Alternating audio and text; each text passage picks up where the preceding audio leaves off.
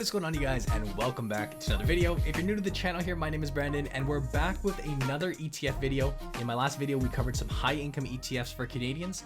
Well, here we're toggling over to a completely different type of ETF, the All-In-One ETF. It's a completely separate category. It's got a completely different objective, but these are some awesome investment options for DIY investors right here in Canada. In today's video, we're going to be going over VGRO. Very popular, you may have heard of it. We're going to be going over XGRO, which is essentially a very similar fund from a different provider. We're going to kind of compare and contrast. We're going to be talking about a higher growth option if you're somebody that wants to be more aggressive in XEQT, and we're going to be finishing off with ZBAL, which is a BMO fund that is a balanced all-in-one ETF.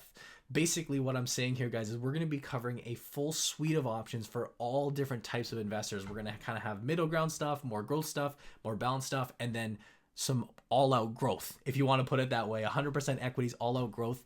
A quick word on these all-in-one ETFs. These are phenomenal options when you're an investor that essentially wants to just simplify things, right? If you like the idea of being that passive, hands-off investor who just wants to keep things as simple and as streamlined as possible, even if you decide to go the route of index fund investing, which is a very popular strategy that a lot of people want and choose to do very successfully, rather than going and picking a variety of funds like a Canadian fund and a US fund, an international fund and a bond fund and managing multiple funds, you can essentially buy one product, one package, like a one-stop shop. These do often come at a slightly higher MER. So the fees that you'd be paying to essentially get this bundled product, they do tend to be a little bit higher, still very, very reasonable at the end of the day. And that's the trade-off that you can make for yourself, whether those higher fees make sense for you to have literally one product and a one fund portfolio. As we'll see, there's basically funds within the fund. I'm just going to close this out. A great reminder, our investing academy is down below, guys. If you want training courses, we literally have 100+ hours of training courses for $20 a month. You'll learn all about this and more when it comes to DIY investing in the stock market. But let's get started here today, guys. If you enjoyed, give this a thumbs up. We're going to be starting with the Vanguard Growth ETF portfolio. Again, the ticker you'd be looking at is VGRO, VGRO. And today they're trading for just under $30. Now, when it comes to looking at the performance of these, because these funds are relatively newer, like these all-in-one package funds they're actually a relatively new product in the Canadian scene. You don't have that much history to look back on. Now, that doesn't mean that that's a bad thing. It's just that, to me, looking at the returns, as we'll look at in a second, it doesn't tell us a full picture, right? It's not like these stocks have, well, what's fascinating is that the holdings within these all-in-one bundles do have long histories. So we can actually look back at the track record and make sure that they're good funds, but the bundled product, the one that you'd be buying, the all-in-one, these are relatively new. So the performance doesn't really tell the whole picture. Nevertheless, let's toggle over to this Vanguard page, which again, everything will be linked down below as always if you want to go follow along or check it out later. Let's go ahead and start here with the management fee. All right. Now with these products, as mentioned, there is a fee, and often it is a little bit higher than just a broad-based index fund. The MER sits at 0.24%, which again is just extremely cheap at the end of the day. Like if you were to compare that to a mutual fund, which you pay 2 to 2.5% on an average equity mutual fund, this is just peanuts in the big scheme of things, guys. The way I like to look at MERs, as I always say, is that if you invested $100 into this fund, each and every year, the fee that you'd be paying is essentially 24 cents on a $100 investment. So just let that sink in. Obviously, you'd scale that number up if you're investing more money, which maybe hopefully you will be if you are looking to invest a little more seriously, but maybe you start with 100, who knows. But nevertheless, 0.24%, very, very fair for an all-in-one bundled product. These distributions, so the income that you're receiving from this fund is quarterly, and just looking at the trailing 12-month yield, basically looking back, what they paid out in dividends or distributions was 1.86%. So a nice little income boost, definitely not a dividend specific stock. If you want high yield, that was the last video that I did. But nevertheless, this is a fund that's here for growth, and we see $3.3 billion in AUM. So there is a lot of money in these products. These are trusted by a lot of investors out there. And just to go over a very brief overview, VGRO, or the Vanguard Growth ETF portfolio, seeks to provide long-term capital growth. That's important because this is the objective, is to grow wealth over long periods of time by investing in equity and fixed income securities. So important there. And fixed income. This is not an all equity portfolio. The asset allocation, as we'll look at in a second, has growth, stocks, as well as some bonds. So in a sense, a balanced portfolio, but still definitely more growth focused. If you actually scroll down over here, we see that they strive to maintain a long-term asset allocation. Again, basically the breakdown of how this fund is going to be invested: 80% equities and 20% fixed income. So it's fair to say that if you invested in this one product, your portfolio would be 80% stocks, 20% bonds, or 20% fixed income, which is a safer type of asset, a nice healthy mix of both. As mentioned, relatively new inception date, 2018. So as you go down to these charts, again, I don't think you're getting the full picture in terms of returns, right? You don't even have a 5-year return or a 10-year return. And since inception, it says here this fund has grown by 6% compounded. But again, keep in mind, like, we've gone through a pandemic, the COVID pandemic, and we've gone through whatever crash we're going through now. We've also gone through some good times. So it's just a short sample size that I wouldn't really put too much weight on this. If you were to ask me what types of returns you could expect from a fund like this, well, if you looked at an all equity fund, like one that we're going to talk about later, like let's say an S&P 500 fund or a fund that only invested in stocks, those would probably return somewhere in the 7, 8, 9% range over a long period of time, depending if you're factoring in inflation or not. With this fund, because you have an element of bonds, you are giving up a little bit of growth, but still, you're still going to be capturing a lot of growth. So if I had to just throw some rough numbers out, again, I can't predict into the future, but in my opinion, a fund like this would happily return an investor 6, 7, 8% over a long period of time. That's what I would personally be aiming for if I went into a growth fund like this. But again, only time will tell. Let's scroll down and show you guys what this fund is comprised of, okay, before we move on to the next one. And that's this little portfolio section. As mentioned, 80% stocks, 20% bonds. That's how your money will be split up. And you got basically a minimal amount here in cash reserves. This fund, under their characteristics tabs, let me shrink this down for you guys. Or let me just move myself over here for a little bit, okay? The number of stocks held within this basket is 13,674. So nearly 14,000 stocks by buying one product. How crazy is that to think about? We all know and understand how important it is to diversify and to spread our eggs amongst different stocks so that we're not all concentrated in one space.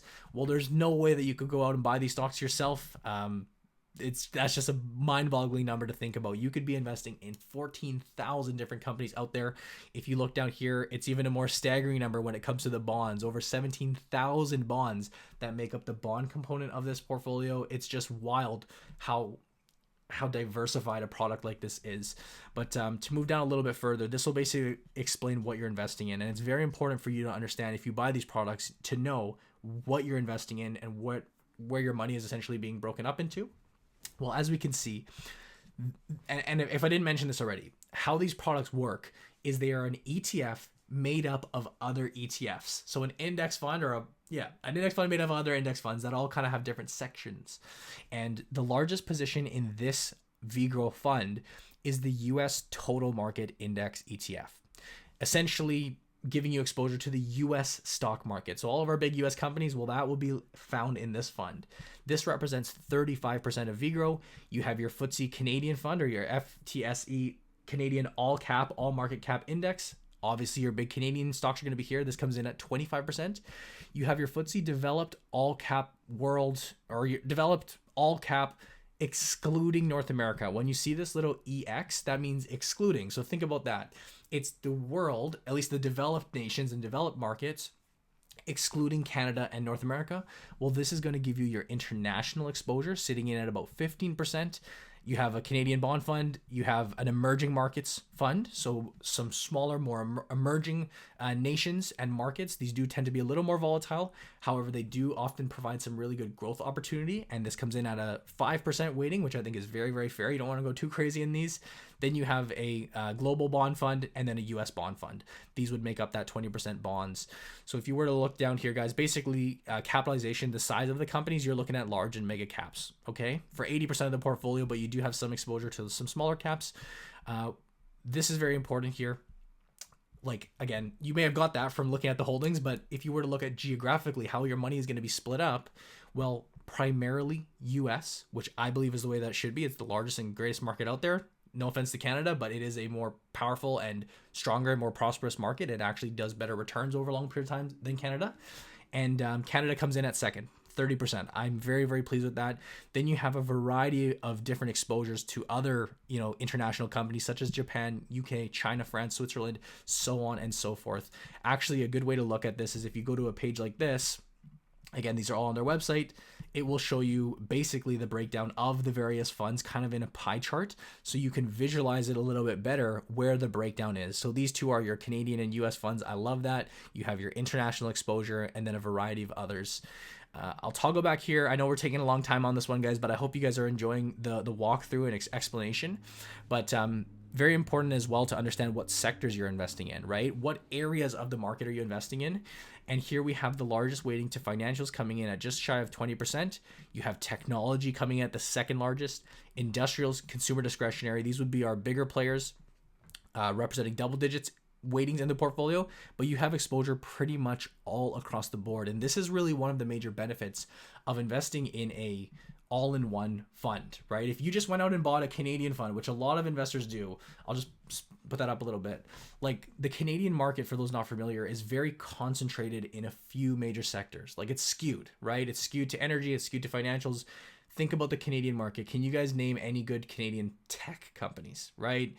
What are you going to say? Like BlackBerry? What are you going to say? Okay, that's just BlackBerry's dead and gone. But you do have the Shopify's, you do have the Constellations. I get it. But the Canadian market lacks a lot of stuff, to be completely honest. As great as it is, as much as I love the Canadian market, you wouldn't have a 20% tech exposure if it was just a Canadian fund.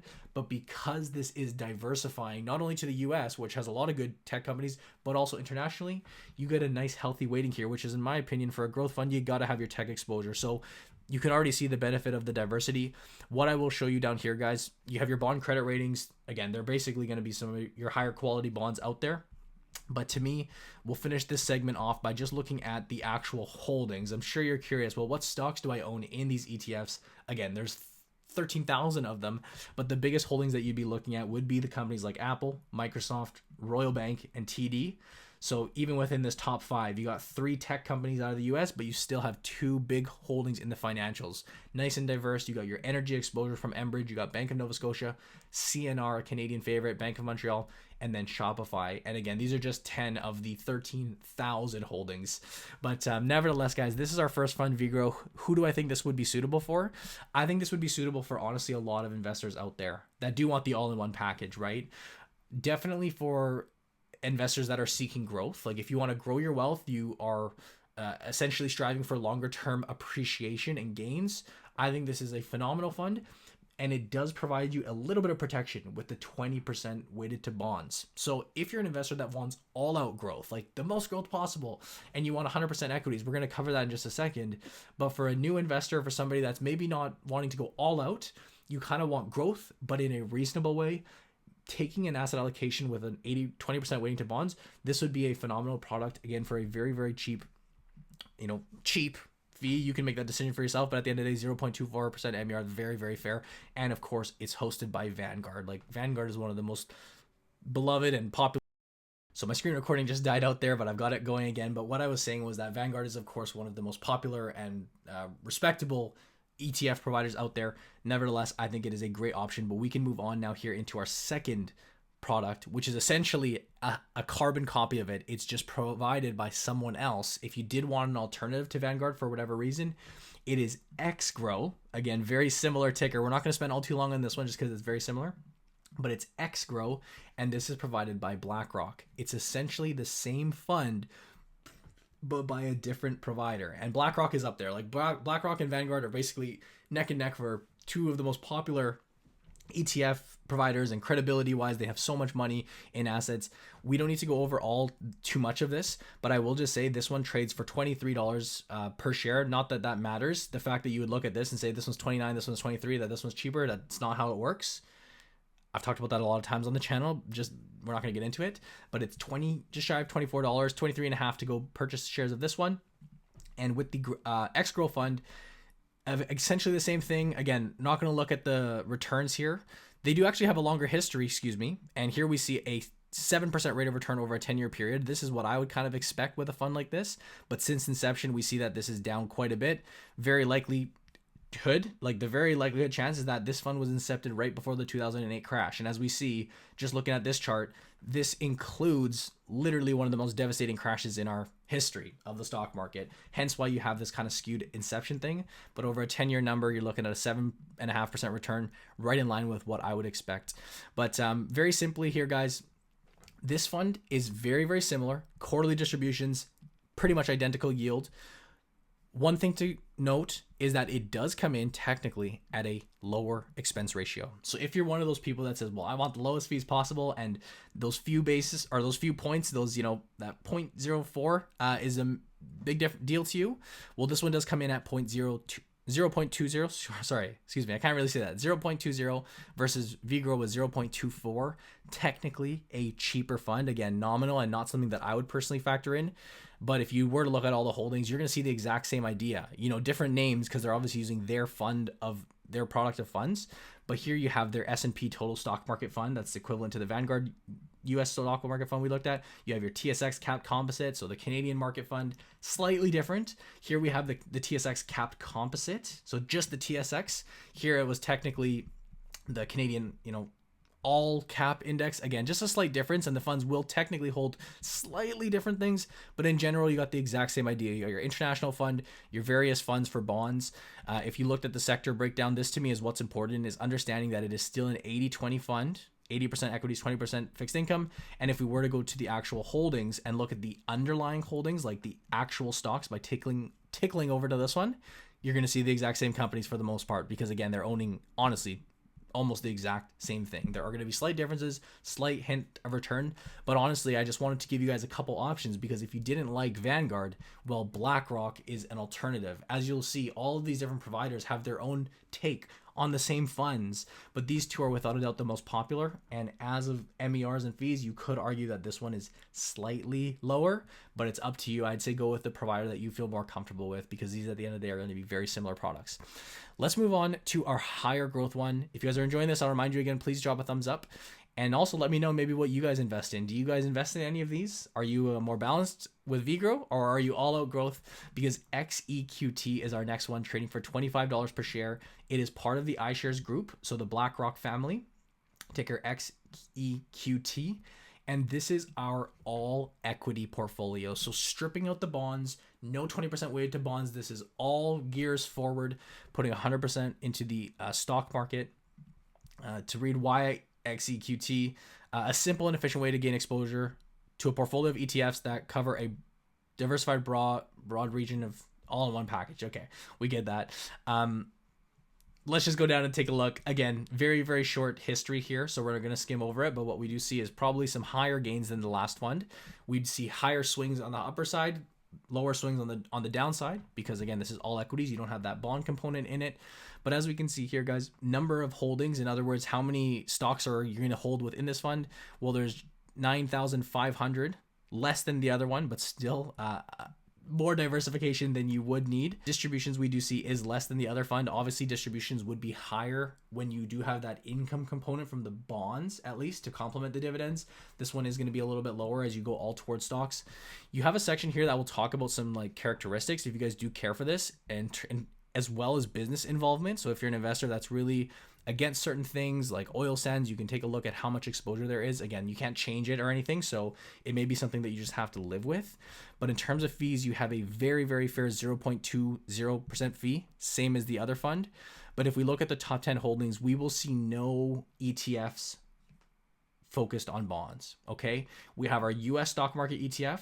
We have our TSX ETF, Canadian market. We have our international ETF, and we have our emerging markets ETF, hitting all of the major areas that I think a Canadian investor at least would look at to look at the aggregate holdings in this one. Again, it's going to be the same thing, like except the fact that 100% of your money is invested into these rather than splitting some up into bonds. Do you guys get what I'm saying here? In terms of exposure, let me just put myself down just a little bit here.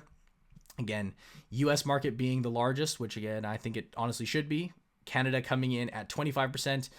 Honestly, you're going to have very similar exposure to the other ones because equity wise, it's going to be honestly the same just without the bonds. I feel like I already said that, but that honestly can sum it up. Like, it's those funds stripping out the bonds and giving you 100% exposure to equities.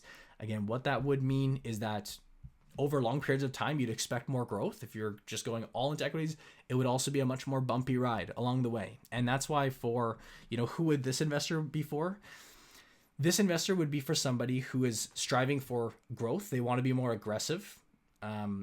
Maybe somebody that's a little more experienced and has the comfortability to ride the ups and downs of the market.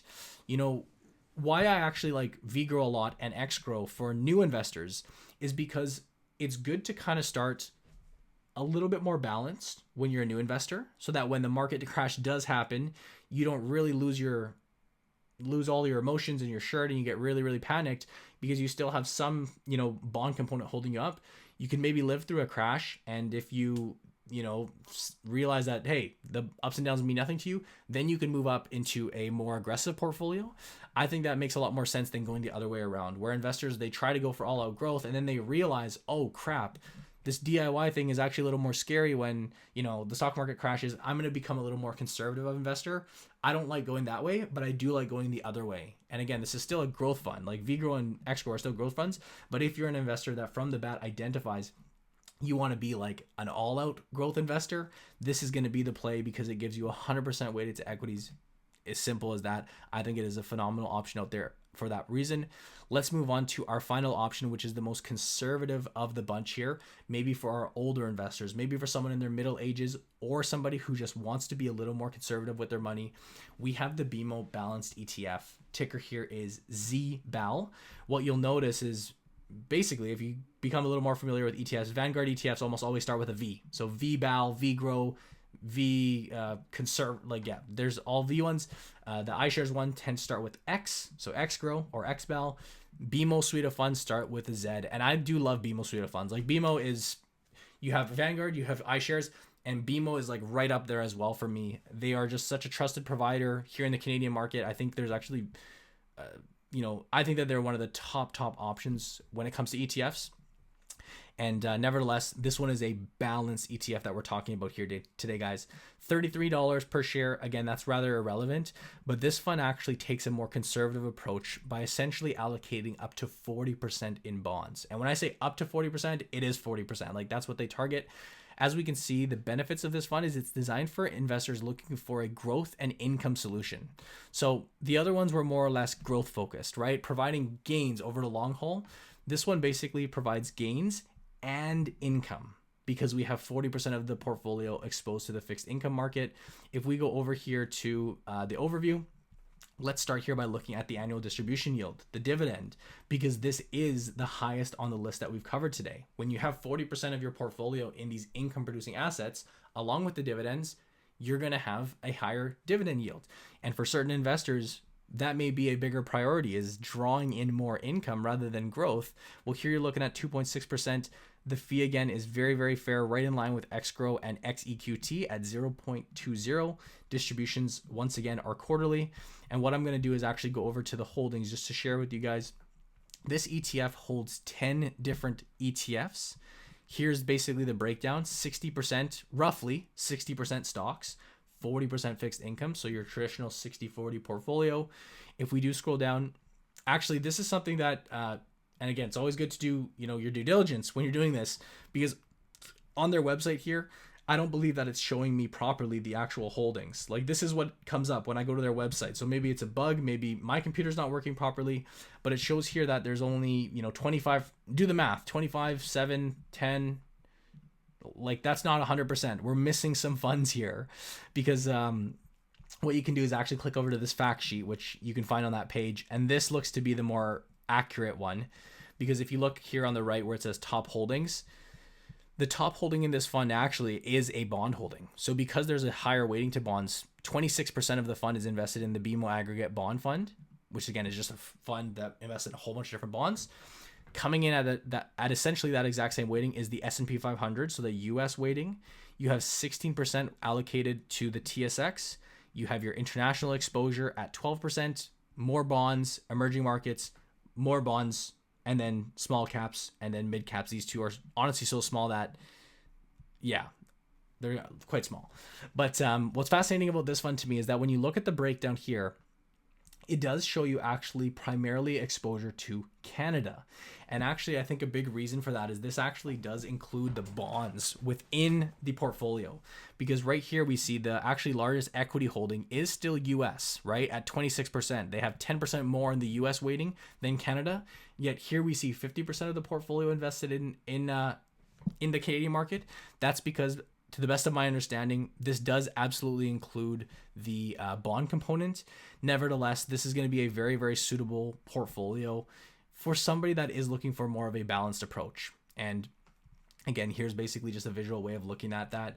50% Canada, 29% US, and so on and so forth. But that's going to be our fourth and final option for today's video. Basically going from, like, to summarize, you have your two growth funds. So let's call it Vanguard, VGRO being a growth fund, XGRO being essentially the same fund, just a different provider that you can pick between. XEQT is our more growth, more aggressive growth for those investors that are striving for all out. So you have growth, more growth, and then you have balance. And even for a conservative investor who just wants to be a little more safer with it, I think that going for a balanced approach like this is a very fair fund. Like a 60-40 fund is very, very fair in the modern day. You could obviously go more conservative, like they have an even more conservative option, which would likely be a 30-70, meaning only 30% in equities and 70% in fixed income. But to me, again, I can't speak to all of you guys because it depends on, you know, what your age is and what your goals are as an investor. But these would be a very good suite of options to choose from. And again, you'd literally be buying one fund and knowing that your portfolio is balanced and rebalanced and diversified. You don't ever have to go in and make any adjustments, like in terms of the weightings. You own one fund and the fund does that for you. Your job is essentially to pick the fund that works best. And that's one of the major advantages of being an all-in-one index fund investor right here in Canada. I really hope that you guys enjoyed today's video and you liked the selection that I've shared with you guys today. If you did, a great way of showing your support is by just dropping a thumbs up and leaving a comment down below. Like, let me know, do either of these funds look good to you? Do you own them? Are you thinking about owning some other ones? Like, I'm all ears down in the comment section below. If you're not already subscribed, take a moment and subscribe to the channel. Hit that notification bell. We talk about all types of stock market content. I myself tend to be more of an individual stock investor, but I love ETFs. I love it, and I've promised you guys more content on ETFs because some people think that I hate ETFs. Well, no, that's not the case. I love ETFs, and these are some great options to keep things so simple and so easy. All-in-one funds. That'll wrap it up for today's video, guys. As always, we do have our Investing Academy down below, so if you are a DIY investor and you want to be part of a community, you want to have a place to ask questions, you want to meet others, you want training courses, you want everything, it's $20 a month. So $19.99 a month plus tax. You literally get 100+ hours of training content. We will walk you through this step by step, help you build your portfolio, help you pick the best funds, everything. It's freaking awesome. And that's that first link down below. I'd really encourage you guys to check it out if you enjoyed today's video. But with that, I will wrap things up. As always, I thank you for watching. I hope you enjoyed, and I'll see you in the next video.